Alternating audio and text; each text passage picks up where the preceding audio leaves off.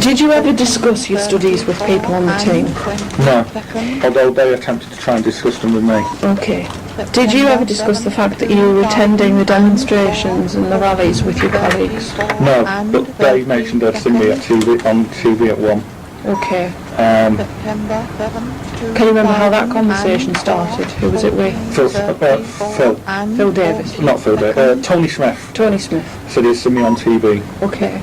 And was that conversation initiated because they were checking it was you, or did you start the conversation by saying, did you see me on telly last night? No, I wasn't allowed to discuss anything to do with my work.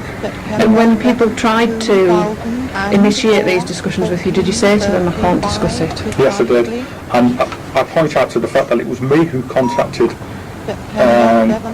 Human Resources to find out where I stood on them, find out what I could and could not do.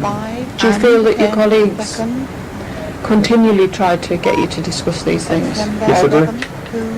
But I wouldn't. So was this a daily occurrence, weekly? Not a daily, it would just be brought up at times. Where are you going tonight, Andy, or what are you doing? Some of them seemed fascinated by what I was doing. I mean, I don't need to be rude to people, but I was under the impression that one or two of them needed to get their own lives. Can you remember who specifically would try and get you to talk about these issues? Tony Smith was one and Nick Idle was another. And are they really the only two? Well, no, occasionally others would ask. You know, Phil Davis and that. But I wouldn't discuss it. Some of your colleagues, some of the people doing the complaints, have made the allegation that the reason for you being at those rallies was not because of research for your thesis, it was because you wanted to be there, and the thesis was, if you like, a cover. And I stress that's an allegation. Yeah. Can you think why they might say that?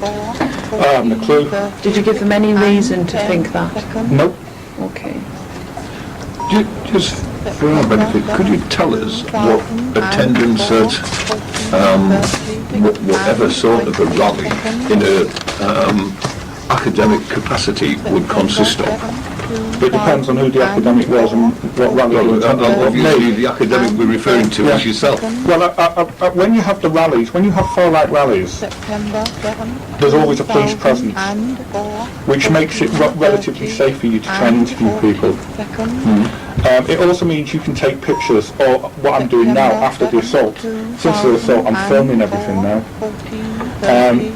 And it allows you to support your dissertation by, for example, saying the type of people who make up the BNP or go to BNP rallies, or you could support it by saying who was at that rally, you know, the age, gender, things like that.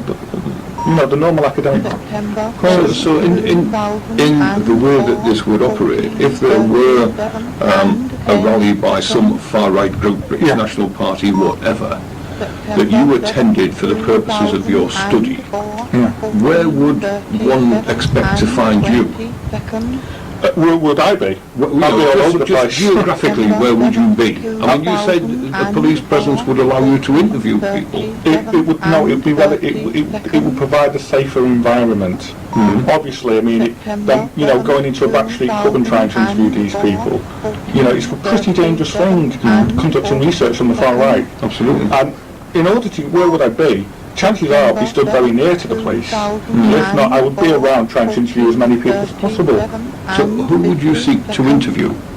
Anybody who was there. You know, the people who were taking part in the demonstration, the rally, or the people who were opposing them, or the police who were having to police it? All of them. You cannot explain the growth of the BNP without explaining groups like the Anti-Nazi League. You cannot also explain the growth of the BNP with looking at how the police have reacted to these people, police surveillance, police laws, you know, things like that. It's impossible. It would be everybody who would be there. Anybody who would be there would be an interest in my research.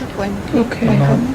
So, from the point of view of, if for no other reason, the safety aspect, you say that you would probably be quite close to wherever the police presence was. I mean, I'm not someone who's attended any of these things, but presumably one imagines the police would place themselves between the two opposing factions, if you could call it that. Normally, yeah. Or I could be stood with the Anti-Nazi League interviewing them. I mean, I'm not likely to get assaulted by the Anti-Nazi League. If I stood in the middle of British nationals, as was demonstrated, You know, I could end up with a hospital and, you know, it's dangerous work, but I'm not going to give up dangerous work just because a group of fascists, you know, disagree about my research or colour. Yeah. You know? I'm starting, it's funny you should ask actually, because I'm starting a PhD in a week or so, and I'm looking at the BMP again. And the reason I'm looking at the BMP again is two things. One, it's an area of research that needs to be looked at. And two, after they assaulted me, we look at Red Watch, they'll see that they put on, or the BMP, British Ulster Alliance, any far-right group who posts on Red Watch, maybe he'll think twice about doing my research. Well, I have thought twice about it. I'm now going to do my PhD on them, because I'm not going to allow a group of fascists to stop me from doing legal research, because they object to my colour. Obviously these are issues which you feel very strongly about, Andy, and no one's trying to censor your opinions or prevent you from being involved in the research that you're doing. From the point of view of the complainants, however, they have said that you would go too far in expressing your views within the office. Can you imagine what sort of things they're talking about? Well, apart from it. Okay. You know, they mentioned that I support suicide bombers. I find that absolutely insulting. I've been a member of the Liberal Party, Liberal Democrats now for years. Okay. John Pugh, the MP for Southport, will